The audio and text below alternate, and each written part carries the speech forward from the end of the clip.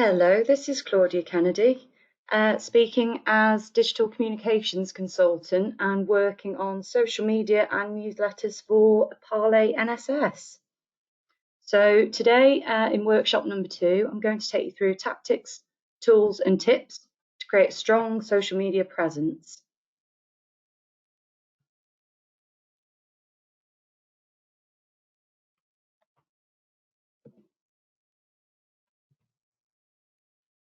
Okay, so the key points I'm going to take you through today are social media today, the facts. So just going to take you through the current climate of social media, the changes we've seen in the last 12 months, and just to give you that overall awareness of how platforms are behaving these days and how this can inform your social media strategy. Also going to take you through the reasons why it's good to employ a social media strategy for your organisations, how this can increase engagement, how this can generate awareness, how this can overall bring huge benefits to your brand or presence. I'll also be taking you through which channels are best to utilise, so from LinkedIn and Facebook to Twitter. And then finally, I'm going to take you through a few tools and resources that we employ here at EPALE UK and how we find that these free versions can actually be incredibly useful for creating visual identities and for scheduling content. Okay, so starting with social media today, the facts. So currently there are 45 million people using social media in the UK. So to give you an idea of just how huge that audience is, that's over 66% of the UK population as of 2020. Now, as you'll all very clearly be aware, we're also in isolation at the moment, which has also led to a considerable rise in social media use. And this is as much as a 76% increase per user. So what that tells us is that people have a lot more time on their hands for a start. It also tells us that there is a lot of opportunity to get your messages to your key audience members out there at a time when they are most likely to interact, engage, absorb, and retain the messages that you give them.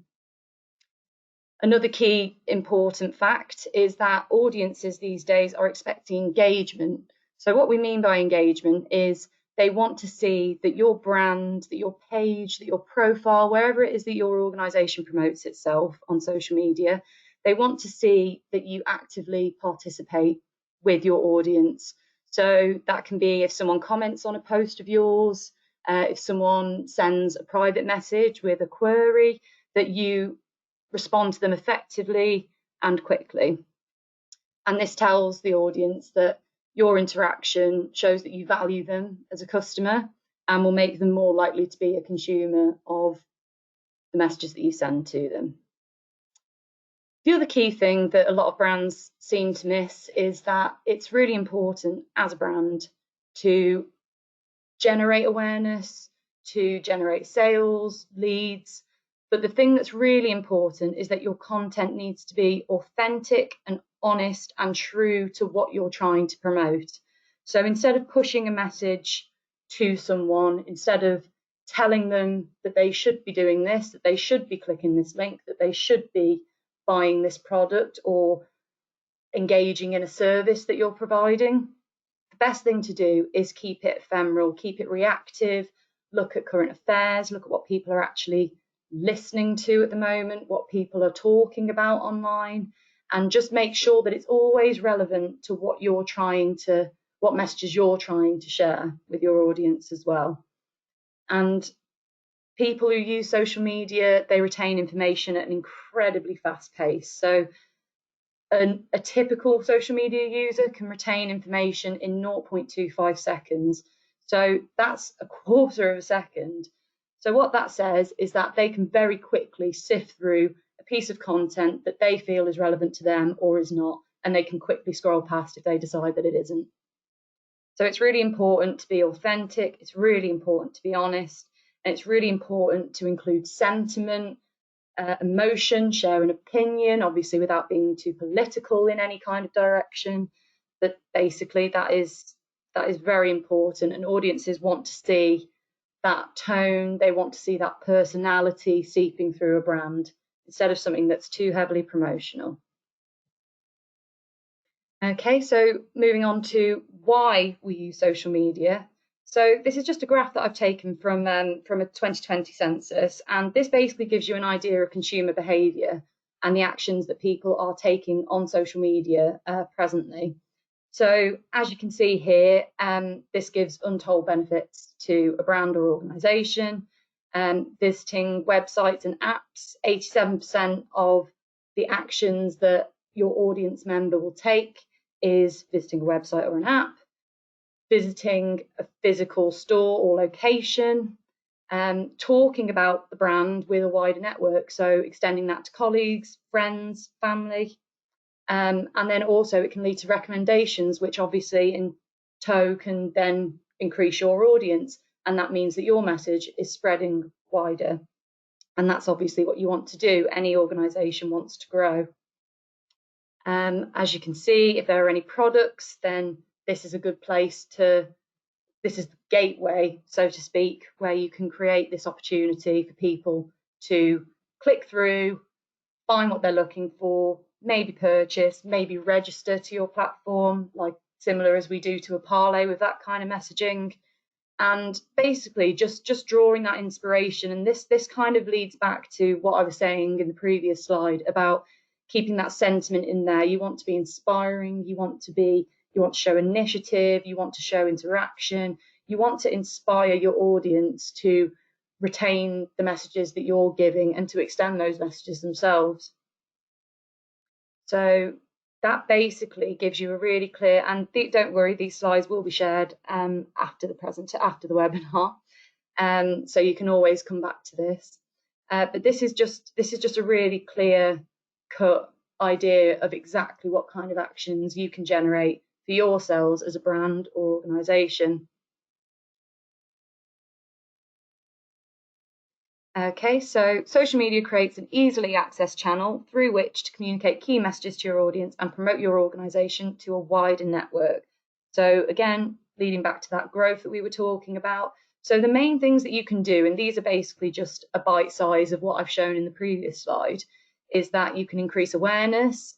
So you can communicate to your audiences exactly what it is you do, what's your ethos, what is your agenda, what is your objective as an organisation, and just keeping those messages weaved in there, just so your audience can keep gauging what it is that you're trying to share with them. Interacting, so this is just basically another word for the engagement that we were talking about. It's really important to capitalise on any opportunity you see to communicate with your audience. So that's if anyone retweets you, anyone sends you a direct message, if anyone comments on a post of yours.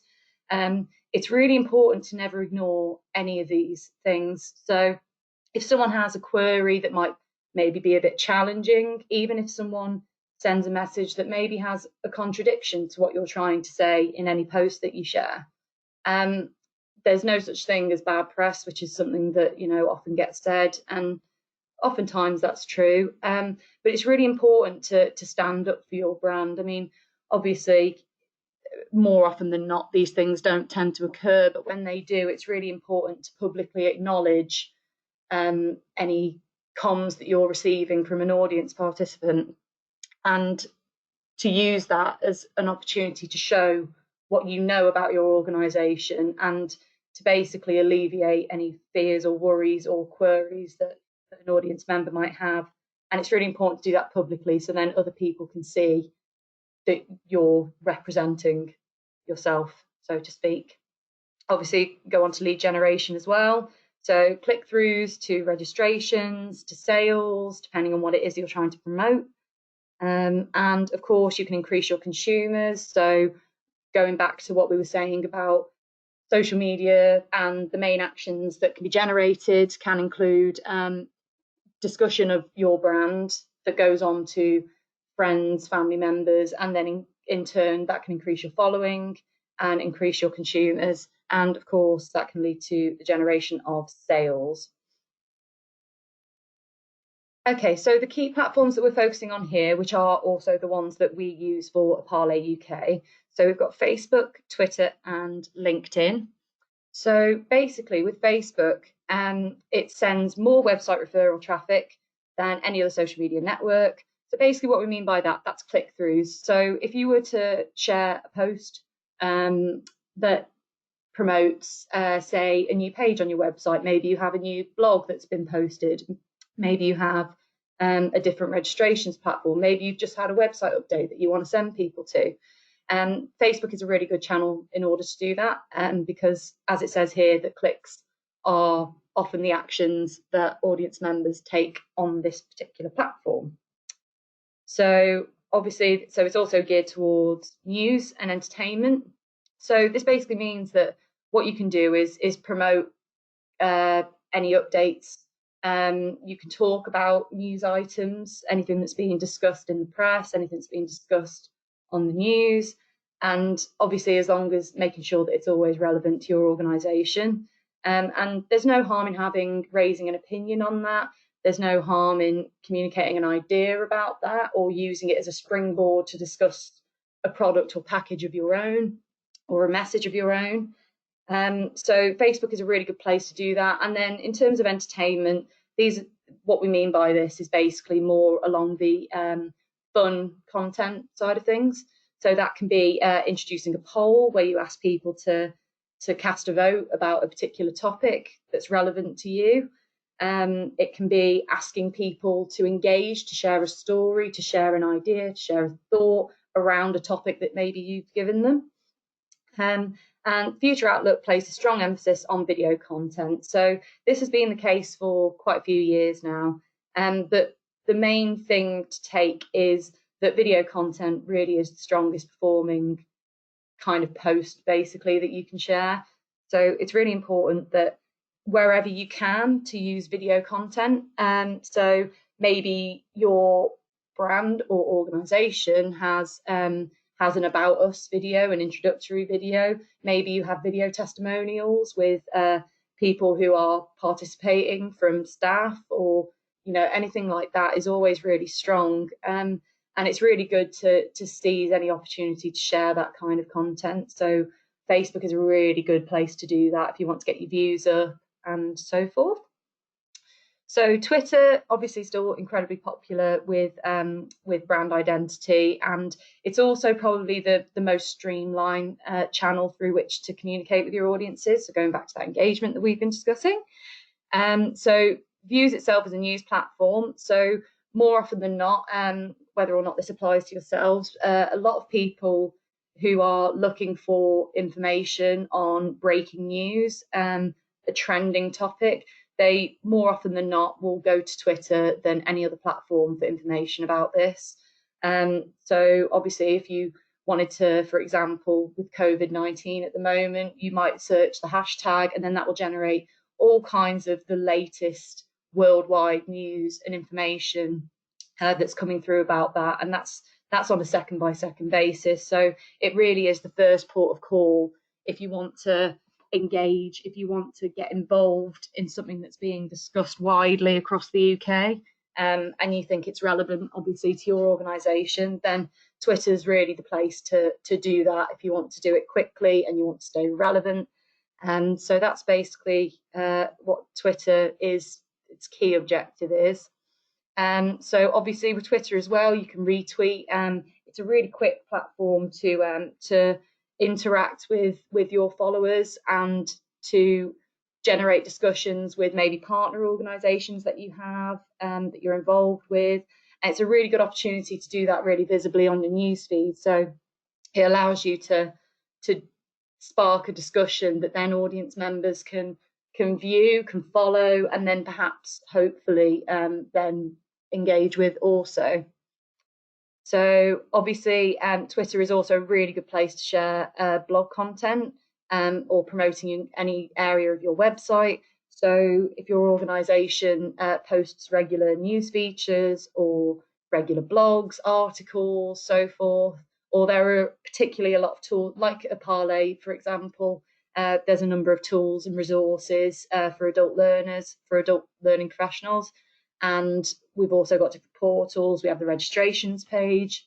We have the blog area where we're constantly getting content submitted from all across Europe. So we use Twitter pretty constantly as a means of promoting these links, and obviously pushing that traffic through to your website, which is ultimately where you want people to take the most action.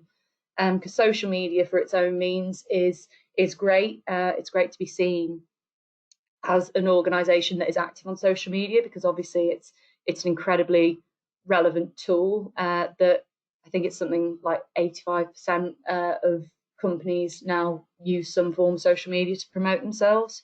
But obviously, for its own sake, you want people to take subsequent action, which is taking people through to your website, getting ideas. You know, that it's really important to use it as a means to an end, so to speak. And then obviously LinkedIn is a professional platform. Obviously it's for networking with people within your sector, arguably. It's also a good chance to reach out. So if you're looking for content, if you're looking for participation from someone who's in your field, and to tie that back to your own organisation, it's one of the best places to do that.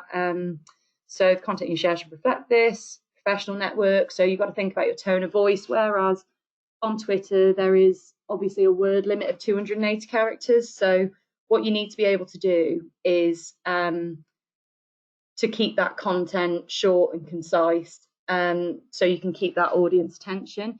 LinkedIn isn't the same in that sense. So obviously, with it being professional and you're reaching out in a professional capacity, you want the content, if you share a post, you want it to be a bit longer, you want it to share a thought or opinion, you want to give context, and you want to give a bit more of a detailed overview of what it is you're talking about.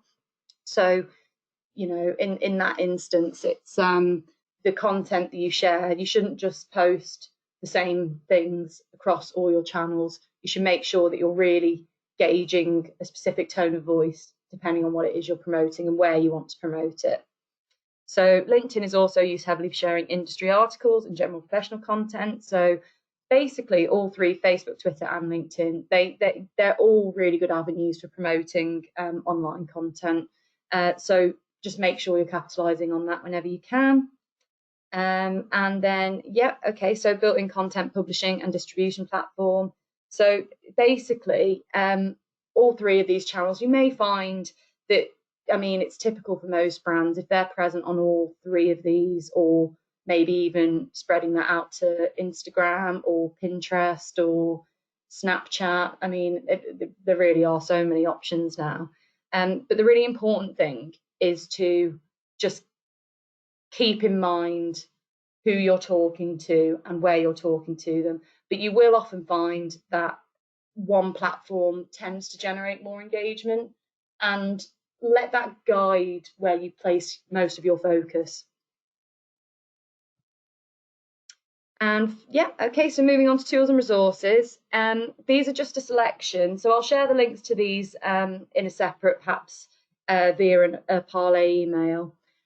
So these are just a few of the resources that my team uses for social media and newsletters for EPALE UK. So starting with Canva. Canva is basically like a free image editing software. So it can be accessed online. There's no need for the download of an application, although you can download the mobile app should you wish to. But basically, it's a free resource unless you were particularly happy with it and wanted to upgrade to premium. It basically gives you a variety of professional templates for social media use, and for newsletters and for articles and for resumes and all kinds of documents really. But what it does, it creates a really quick avenue to create really sharp looking visuals, which are really important when you're sharing a post. You should always think about the images that you're using and always be asking yourself the question of, would I engage with that? So Canva's really good. It will automatically generate templates to the right sizes, dimensions for whatever platform you're using, which is fantastic. And like I was saying, there's a lot of already pre-designed layouts. So if you have any questions about this, I'll share the link around, as I've said, and the best thing to do is just sort of play and to learn. But if you really want to sharpen up your visual presence and your visual identity, this is a really good tool to capitalize on, especially with it being a free one. And then outside of that, so Social Media Today is it's just a website, but what they do is daily they post a top 5. So these are short form articles that basically cover the different bases of what's trending, what's happening, the latest news in social media. So if Facebook develops a new feature and releases it to the general public, Social Media Today will be one of the first places that will share information on this. And it's really good. We use it on a regular basis, just sort of to keep a look at those top 5 stories. And what it does, it just means that if anything changes, say Facebook changes its image dimensions, or Facebook changes its analytics, its algorithm, all those jazzy complex things, basically it just means that you're always on top of that, because obviously social media is an ever-changing landscape, and you have to constantly be evolving what you're doing to make sure that you're getting the most out of your social media presence. So Social Media Today is fantastic, and they're really short articles, and I personally use this every morning. So I'll spend 30 minutes just going through the top 5s, just making sure to take note of any important updates that there may have been on any of the platforms, and then using that to inform the strategy that we employ for EPALE. Okay, so Facebook Insights. So if you work on any brand page or your organisation's page, then you will have access to Facebook Insights if it's a business page. So basically, you can find this on the top bar, on the grey bar, on your Facebook. And basically, if you click into this, this will give you it will give you detailed information and a bit more insight into what your audience are actually doing. So what it will do is it will say when they're online, it will say which posts have been performing the best, what your likes and comments have been month over month or quarter over quarter. And you can extract all this data as well, so that there's the option to export information about audience behaviour. And it's really helpful so we use this as a reporting tool every month for EPALE, and then we use that to assess what content has been doing well, what content maybe not been doing so well. And then we use that to inform what we'll then go on to do for the following month. And it's basically, like I was saying, about that constant evolution of strategy. So it's really simple, and it's really good to just glance over from time to time. And as I was saying, it just basically means that you don't keep doing the same thing over and over and not achieving those results. What these insights give you is an indication of where you should be going, and maybe the avenues that you've tried that maybe aren't paying off the way you thought they would, because audience behaviours are always hard to predict. Okay, so moving on to Hootsuite. Hootsuite is a scheduling platform that I believe was mentioned in the previous ambassador meeting. So you can actually download a free version of this. However, it only allows you to download one channel. So that would be either your brand's Facebook or LinkedIn or Twitter or whichever one you prefer. But you can only use the one if you want the free version. You'd have to upgrade to a paid version if you wanted to cross-check.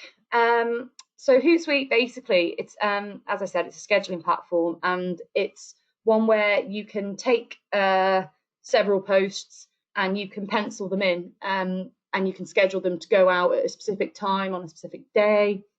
And it basically means that you don't have to constantly be manually sharing posts. And especially when you're busy and you've got other things on your plate, obviously, juggling normal working day, it can be quite difficult to remember to share a post if you're especially tied up doing something else. So what Hootsuite does is we use it every week. So our team will create a calendar full of content for the week. And then after it's been through quality checking and so forth, it will then be uploaded to Hootsuite. So it will go out on Monday, Tuesday, Wednesday, Thursday, Friday. And what we then know is that we can be safe in the knowledge. We do it all in one go. It doesn't take long. And then we can just be assured that the content is going to go out when we want it to. And It also means that you've got full visibility of all the feeds. You can see if any brand's been mentioning you, if you've been retweeted, if you've had any comments, if you've had any inbox requests. And it just gives you, on one screen, it gives you that overview of everything that's happening. And it's really good because it means you can be quite reactive if any queries do come in, or if there's anything that needs to be addressed in the immediate. And finally, you've got Twitter Analytics, and basically it kind of follows the same model as Facebook Insights. It's maybe not quite as accurate sometimes, with it being the free version and with it being Twitter's own platform, but it is really good for giving you that general overview. So it'll say what your top tweet has been for the month. It'll say how many profile visits you've had. It'll say how many engagements you've had, and it will give you basically an idea month over month of how much your performance has gone down or it's gone up. And yeah, it's not as comprehensive as Facebook Insights, but it is still, as a free tool, really valuable for finding out what's working, what isn't, as mentioned before. But as I say, obviously, being on the EPALE team, I'm always available if you have any more specific queries or any thoughts that you want to share, and I'm always happy to assist. And that's everything.